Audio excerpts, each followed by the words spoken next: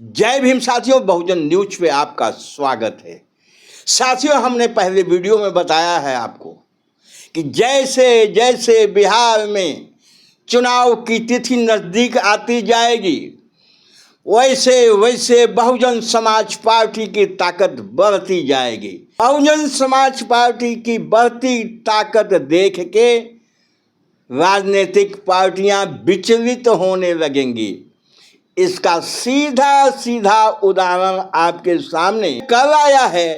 बिहार के दो दलित नेता जीतन राम मांझी जी और चिराग पासवान जी दोनों दिल्ली में कैबिनेट मिनिस्टर हैं, सत्ता की मलाई खा रहे हैं, आपस में ही लड़ गए हैं। एक तरफ जहां चिराग पासवान बहुजन शब्द का उपयोग हर मीटिंग में करने लगे हैं, दिल्ली छोड़ के बिहार को ही केंद्र बना के अपनी राजनीति कर रहे हैं, कई सभाएं भी कर चुके हैं। वहीं दूसरी तरफ जीतन राम मांझी जी उन पे कटाक्ष कर रहे हैं, और कटाक्ष सीधे सीधे कर रहे हैं कि सभाओं में भीड़ जुटाना कोई बड़ी बात नहीं है, खर्च करके भीड़ जुटाया जा सकता है, लेकिन भीड़ को वोट में कन्वर्ट करना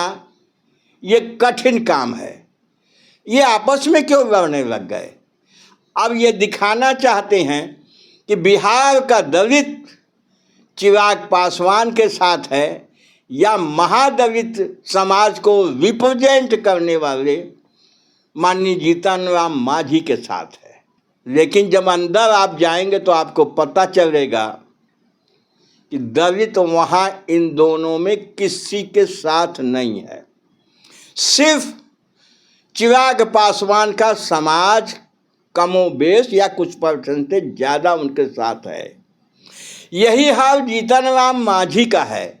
जिस समाज से आते हैं उस समाज का कुछ वोट सत्ता के कारण उनके साथ है, लेकिन जो इंटायर पॉपुलेशन है बिहार के अंदर दलित समाज की, उस समाज को अगर आप अंदर से देखेंगे तो उस समाज में सर्वाधिक चर्चा बहुजन समाज पार्टी की है। बहुजन समाज पार्टी की चर्चा क्यों है कि जीतन राम मांझी जी के पास कोई मिशन न मोटो है। यही हाल चिराग पासवान के पास है, न मिशन है, न मोटो है, ना उद्देश्य है। अपने खुद की सुविधा के आधार पे उस पार्टी के लिए वो काम कर रहे हैं, इसलिए ऐसे लोगों की पैठ खुद के समाज में ही नहीं हो पाती है। लेकिन बहुजन समाज पार्टी को आप देखें तो जिस तरह से उन्होंने कार्यक्रम, मिशन की बात, कैडर को तैयार करना, ऐतिहासिक पृष्ठभूमि को समझाना, राजनीतिक स्थिति को बताना, आरक्षण के बारे में पूरी जानकारी देना, ये सारी चीज़ें वो जाके कैडर में बताते हैं तो समाज के लोग इनसे जुटते हैं।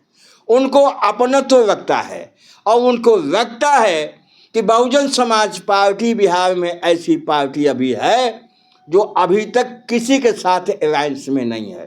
तो अभी तक जो भी बातें वो कर रही है पूरी शिद्दत से कह रही है और बिना किसी डर भय के कह रही है। खुद वहाँ के लोग उदाहरण देते हैं कि बहुजन समाज पार्टी के अध्यक्षा मायावती जी 4 बार उत्तर प्रदेश में मुख्यमंत्री रहीं, भाजपा के सहयोग से 3 बार मुख्यमंत्री रहीं, लेकिन भारतीय जनता पार्टी उनके ऊपर हावी होने को तो छोड़ो, खुद ही ऊब के भाग गई। यानी कि सहयोग तो लिया भारतीय जनता पार्टी से, लेकिन मान्या बहन जी ने काम अपना किया, अपने समाज का किया। इसकी चर्चा बिहार में लगातार हो रही है। तीसरी एक ताकत वहाँ पे प्रशांत किशोर बहुत दलित कर रहे थे। 6 महीने से दलित अध्यक्ष बनाया था, लेकिन 1 महीना पहले वो पलट गए, उसको बदल दिया, किसी राजपूत को अब बना दिया है, उनकी पोल खुल गई है। तो अब दलित की ज़्यादा बातें नहीं कर रहे हैं। अब सारा दिमाग लालू यादव और उनके परिवार की निंदा करने में लगे हुए हैं। प्रशांत किशोर जी खुद ब्राह्मण समाज के हैं, उनका समाज उनके साथ कितना है। तो जो व्यक्ति या जो नेता अपने समाज का नेता नहीं बन सकता, वो दूसरे समाज का नेता कहाँ से बन पाएगा। चिराग पासवान और जीतन राम मांझी तो कुछ हद तक अपने समाज पे प्रभाव रखते हैं, लेकिन ये प्रशांत किशोर जी तो ऐसा लग रहा है अब तक कि इनका खुद के समाज पे कोई प्रभाव नहीं है। अब आगे डालने तो वो अलग बात। इधर बहुजन समाज पार्टी अपनी विधानसभा की समीक्षा करने में व्यस्त है। कल से उसका अगला चरण शुरू हो गया है। कल भी समीक्षा हुई, आज भी उसकी समीक्षा चल रही है। एक दिन में 2 विधानसभा की वो समीक्षा करते हैं। तो ये सब रब्बो-रबाब ये है कि जिस तरह से बसपा बिहार के चुनाव को गंभीरता से ले रही है और अभी जमीन तैयार कर रही है, फसल बोनी है, फसल काटनी है, तो जमीन की तैयारी पहले करनी होगी, तो वो बीएसपी अभी कर रही है।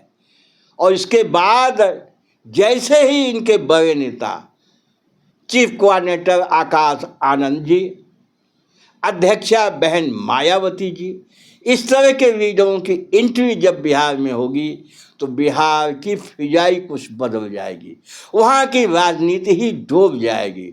इस बार बिहार में बिना बहुजन समाज पार्टी के किसी की सरकार नहीं बनने वाली है, यानी सत्ता की चाबी बहुजन समाज पार्टी के पास ही होगी, ऐसी परिस्थिति अभी दिख रही है। बस साथियों, इस वीडियो में इतना ही। वीडियो अच्छा लगा हो लाइक करिएगा, शेयर करिएगा। हमारे चैनल पे मेहमान हैं, पहली बार आए हैं, चैनल को सब्सक्राइब अवश्य कर लीजिएगा। बहुत बहुत धन्यवाद। जय भीम, जय भारत।